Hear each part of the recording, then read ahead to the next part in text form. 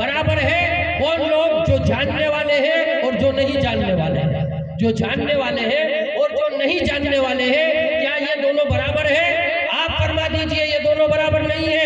इन्नमा यतज़क्करु उलुल अलबाब, और अक्ल वाले ही नसीहत हासिल करते हैं।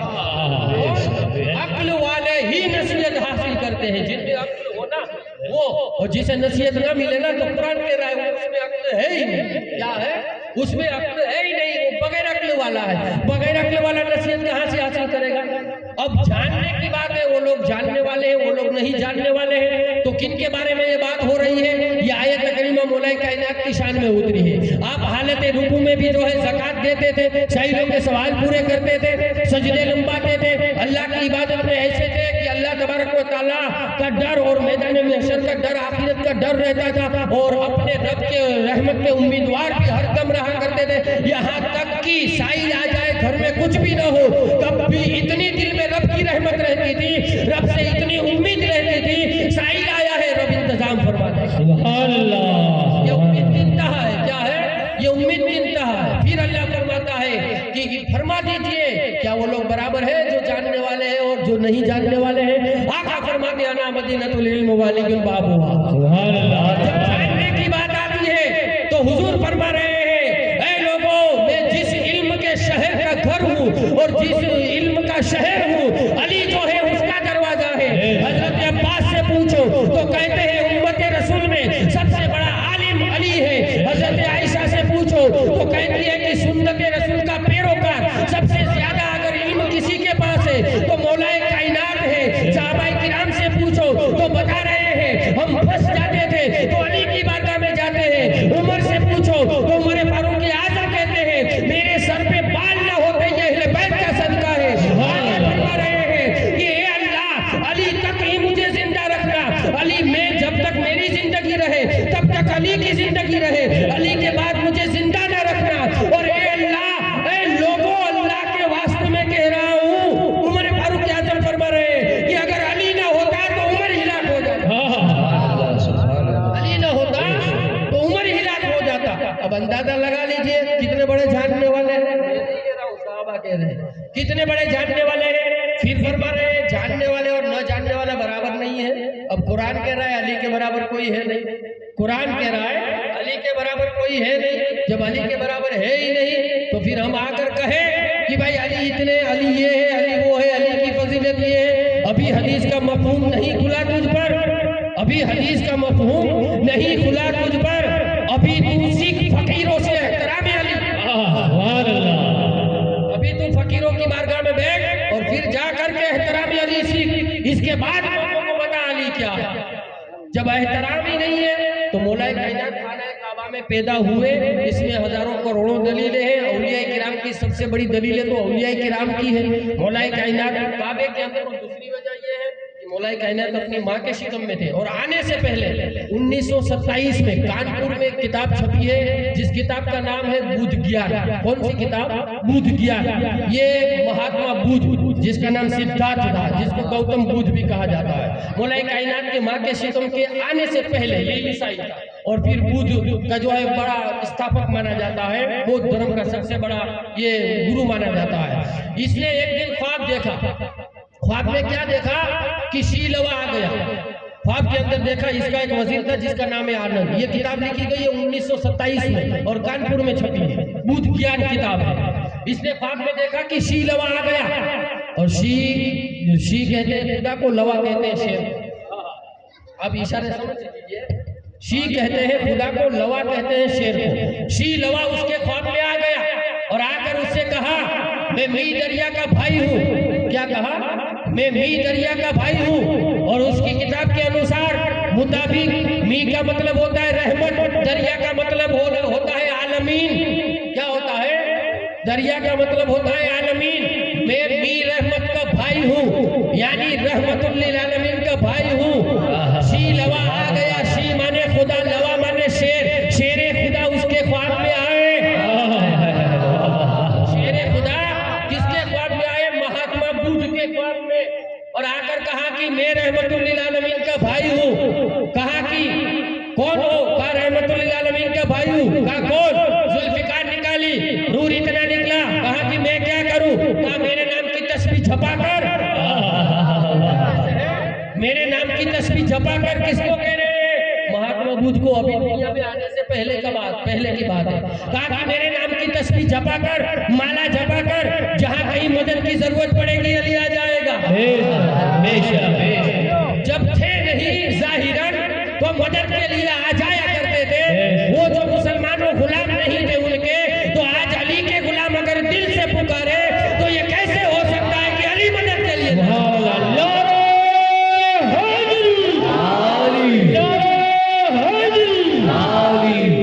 महात्मा बुद्ध ने कहा कि तुम कभी कहीं नजर भी आओगे। क्या कहा? तुम कहीं कभी नजर भी आओगे कि ख्वाब में ही आते हो? मौलाए कायनात ने फरमाया हाँ नजर भी आऊंगा। दुनिया का सबसे बड़ा जो मंदिर है, क्या कहा? दुनिया का सबसे बड़ा जो मंदिर है, मैं उसी की लैंग्वेज में बात करूंगा फिर आगे बताऊंगा। दुनिया का जो सबसे बड़ा मंदिर है, वहाँ जो काला पत्थर है, उस काले पत्थर के पास एक बालक के रूप में चमत्कार दिखाऊंगा। दुनिया का सबसे बड़ा मंदिर काबा जो है, हजरे अस्वद जो काला पत्थर काबा की दीवार में गढ़ा हुआ नस्ब जो है, उसके पास जो है मैं जाहिर होऊंगा, जलवा दिखाऊंगा। अब बुद्ध क्या लिखता है कि हमने भी अली को पहचाना, अली कौन है? दुनिया में आए नहीं है और ऐसे बड़े बड़े पादरी और रहबरों की मदद फरमा रहे हैं। वो शायर कहता है कि पराये देश में खुशबू ढूंढ लेते हैं, पराये देश में खुशबू ढूंढ लेते हैं, अली वालों की खुशबू ढूंढ लेते हैं। पराये देश में खुशबू ढूंढ लेते हैं, अली वालों की खुशबू ढूंढ लेते हैं। मुसलमानों की नजरों को क्या हो गया है माथुर? मुसलमानों की नजरों को क्या हो गया है माथुर? फजाइले मौला अली तो हम हिंदू ढूंढ लेते हैं।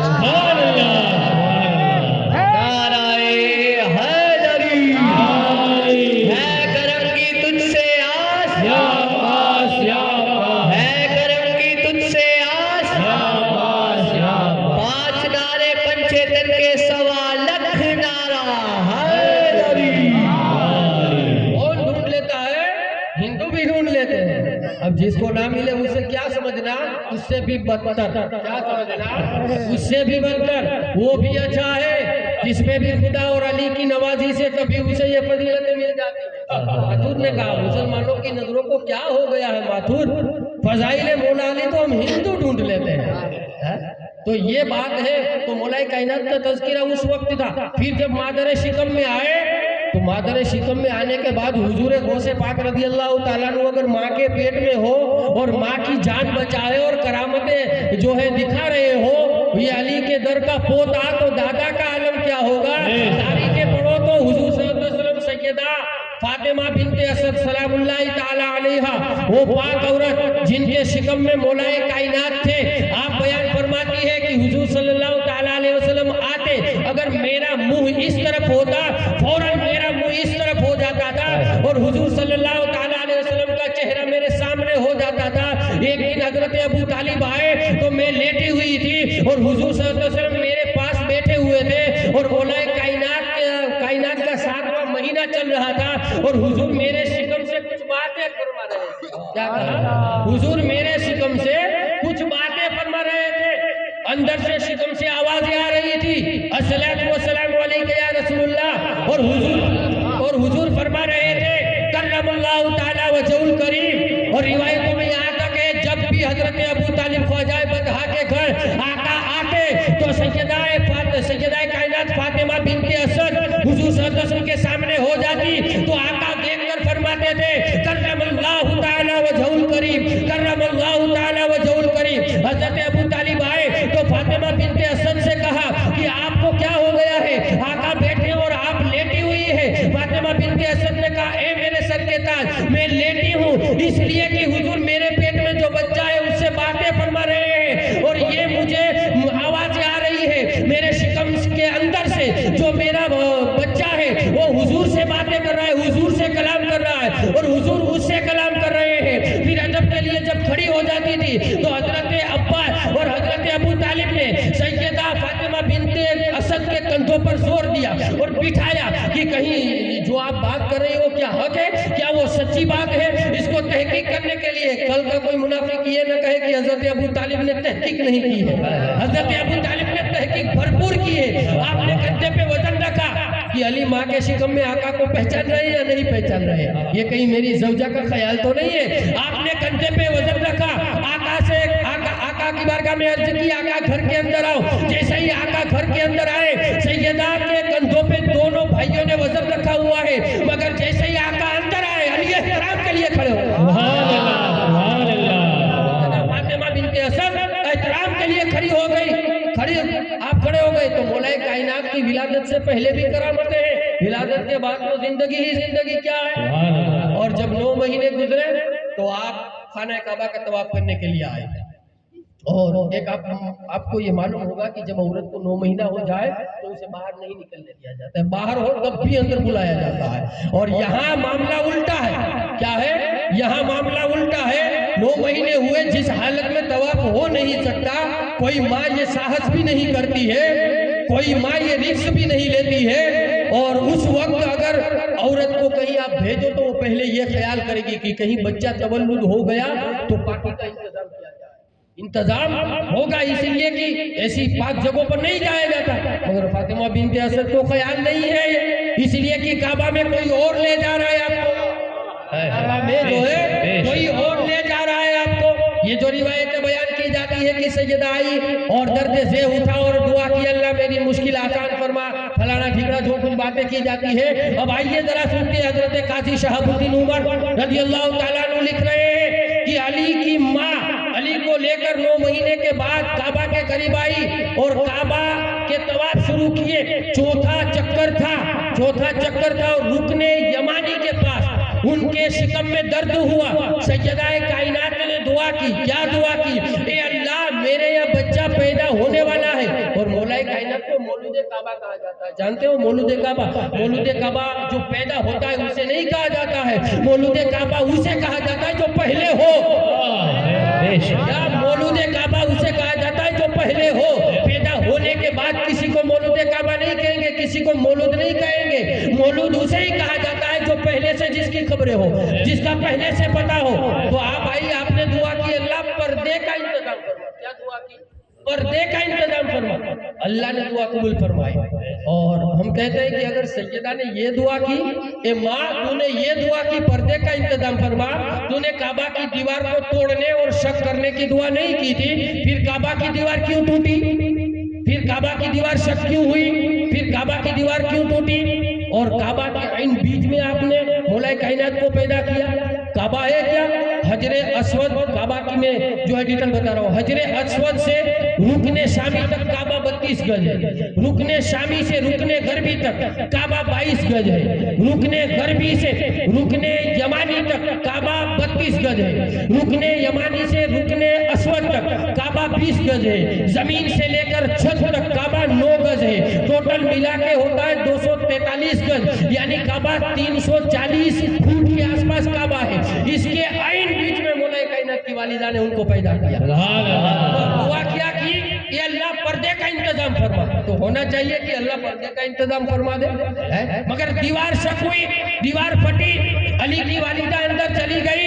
हमने पूछा दीवार क्यों फटी है रब?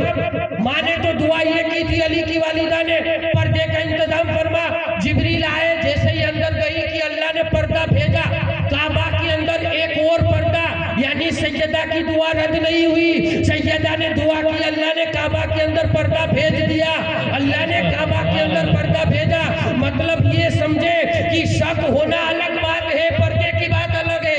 सैयदा की दुआ दूसरी तरफ है, काबा का फटना, काबा की दीवार शक होना ये दूसरी तरफ है। अब सवाल यह पैदा होता है, काबा की दीवार शक, काबा की दीवार फटी क्यों? माँ ने दुआ की थी पर्दे का इंतजाम अल्लाह ने काबा के अंदर फरमाया, वो भी। अब दीवार शक क्यों हुई? तो फिर कहना पड़ेगा जिस माँ को अली अपने घर से काबा की सिमत लाए हैं और जिस माँ को अली अपने घर से अबू तालिब के घर से काबा तक लाए हैं, उसी अली की निगाह ने दीवार को चीरा है। ये काबा फट जा, ये काबा फट जा, ये खुदा का घर है, मैं खुदा के घर का बेटा हूँ।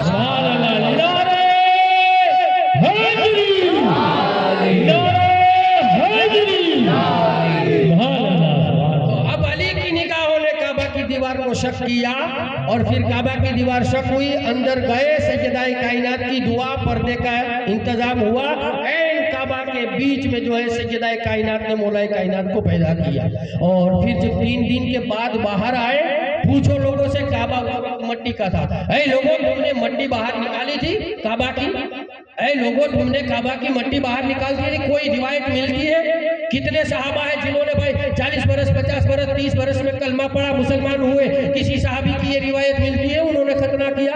नहीं मिलती। अहले बैत की मिलती है? नहीं मिलती। इसलिए कि शवाहिदुन नबुव्वत के अंदर लिखा है, जिस तरीके से हुजूर पैदा हुए, खतना करके कंप्लीट उसी तरीके से मौलाए कायनात पैदा हुए, तो उसी तरीके कोई जरूरत ही नहीं थी, कोई जरूरत ही नहीं थी।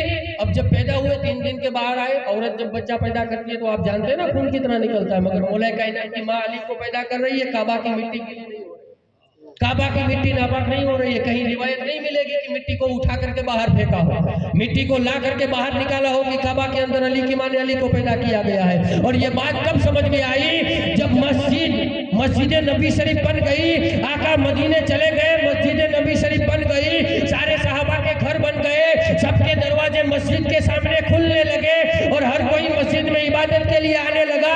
आका ने फिर ऐलान फरमाया था, ए लोगों, हालत जनाबत में मेरे और अली के सिवा किसी को अंदर आने की इजाजत नहीं है। यानी हालत जनाबत में भी जिस तरीके से मुस्तफा पाक है, ऐसे अली भी पाक है। और अगर देखना हो तो देख लो, ऐसे पाक है कि काबे में पैदा हो रहे, मिट्टी भी खराब नहीं हो रही, मिट्टी को भी खराब नहीं कर रहे, ऐसे पाक है। कैसे पाक है? ऐसे पाक है। वो हुजूर ने फिर मदीना शरीफ में बताया, अली कैसे पाक है, हालत जनाबत में भी मस्जिद में आ सकते हैं, ऐसे पाक अली है। तो ये अली की शान है, मगर ये आज हमें नहीं बताएगा।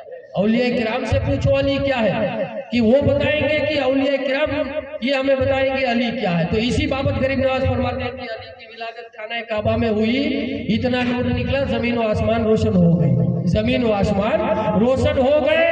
और फिर जिब्रील ने आकर फौरन ये ऐलान किया, ऐ लोगों, खुदा के घर का बेटा खुदा के घर में पैदा हो गया, खुदा के घर का बेटा खुदा के घर में पैदा हो गया है। मौलाए कायनात को बाहर निकाला, आका आए, आका ने गोद में उठाया। मैं वो बातें सुनी हुई नहीं कहूंगा, उसमें अलग अलग बातें होगी। मौलाए कायनात को गोद में उठाया, मौलाए कायनात ने आंखें खोल दी, लुआब दहन मौलाए कायनात की जुबान मुबारक में हुजूर सल्लल्लाहु अलैहि वसल्लम ने उनके मुंह में जुबान डाली, चुसवाया। जब एक मरतबा जुबान चुसवा रहे थे, हजरत ख्वाजा अबू तालिब ने देख लिया। क्या? हजरत ख्वाजा अबू तालिब ने देख लिया, बाप ने देख लिया कि अली के मुंह में नबी जुबान डाल रहे हैं। हजरत अबू तालिब ने पूछा, है मेरे भतीजे, या रसूलल्लाह, ये क्या कर रहे हैं, ये क्या कर रहे हैं? हम कहते हैं, अबू तालिब आपका शुक्रिया, आपने सवाल ना किया होता तो ये राज होता। आपने सवाल किया और इस राज को जाहिर कर दिया कि नबी अली के मुंह में क्या कर रहे थे, जबान चुसवा रहे थे तो क्या दे रहे थे, क्या ले रहे थे। जैसे ही मुंह में जबान डाली, हजरत ख्वाजा अबू तालिब ने कहा, आका ये क्या कर रहे हैं? हुजूर सल्लल्लाहु अलैहि वसल्लम ने फरमाया, ए चचा, मैं अली के मुंह में जुबान इसलिए डाल रहा हूँ, अली को जुबान इसलिए चुसवा रहा हूँ, अल्लाह ने जो मुझे इल्म और हिकमत अता फरमाई है, वो इल्म और हिकमत के खजाने अली को अता फरमा रहा हूँ। जबान चुसवा करके इल्म और हिकमत के खजाने अली को अता फरमा रहा हूँ। और फिर बात सदियों के फरमाया, अना मदीनतुल इल्म वाली बाबूहा, मैं इल्म का शहर हूँ, अली उसका दरवाजा है, मैं हिकमत का घर हूँ, अली उसका दरवाजा है। वो हिकमत और वो इल्म जो है, मौला अली के पैदा होते ही आका ने जबान से अता फरमा दिया था। जबान चुसवाई तो फिर मौला कायनात ने सूरे मोमिनून की शुरू की आयत तिलावत फरमाई आका सल्लल्लाहु अलैहि वसल्लम के सामने। कौन सी? सूरे मोमिनून की, जब कुरान उतरा भी नहीं था भाई, कुरान उतरा भी नहीं था। इसीलिए तो शम्स तबरेज फरमाते हैं, जहां ये तरतीब जब से ज़ाते अली है, ये जहां को जब से तरतीब दिया गया है ना, ये दुनिया को तब से अली है। ये जहां को जब से तरतीब दिया गया है, अल्लाह ने ये ख्याल, अल्लाह ने ये कहा कि आसमान ऐसा बनाओ, जमीन ऐसी बनाओ, जब इसकी तरतीब हुई तब भी ज़ाते अली मौजूद है। ये औलिया बता रहे हैं। कौन बता रहा है? ये औलिया बता रहे हैं। मौलाए कायनात ने सूरे मोमिनून की शुरू की तिलावत आका सल्लल्लाहु अलैहि वसल्लम की बारगाह में फरमा फरमाई और इसमें किसी को शक नहीं के होना चाहिए, इसलिए कि हुजूर ख्वाजा गरीबुल नवाज के खलीफा हजरत ख्वाजा कुतुबुद्दीन बख्तियार काकी अगर 5 बरस की उम्र में एक मौलवी के सामने 14 पारे सुना सकते हैं, गौसे पाक रज़ियल्लाहु ताला अन्हु अगर माँ के पेट से 18 पारे के हाफिज पैदा हो सकते हैं, जब ये पोतों का ये हाल है, जब ये पोतों का ये हाल है तो दादा का क्या हाल होगा जिस वक्त कुरान उतरा भी नहीं है। मौला कायनात कुरान की तिलावत, सुभान अल्लाह, सुभान अल्लाह। और हुजूर सल्लल्लाहु अलैहि वसल्लम ने मौला कायनात को फिर गुस्ल दिया, और जब एक तरफ जैसे हम पलटाते हैं ना, आदमी के जिस्म को पलटाते हैं, एक तरफ धो देते हैं फिर पलटाते हैं, हुजूर गुस्ल दे रहे हैं। कौन दे रहा है? मौला कायनात। हुजूर गुस्ल अपने मुबारक हाथों से दे रहे हैं कि जिनके हाथों का पानी, जिनके वजू का पानी सहाबा और फरिश्ते पीते हैं, वो अली को अपने मुबारक हाथों से गुस्ल दे रहे हैं। और जब पलटाने की बात आई तो अली को किसी ने पलटाना नहीं था,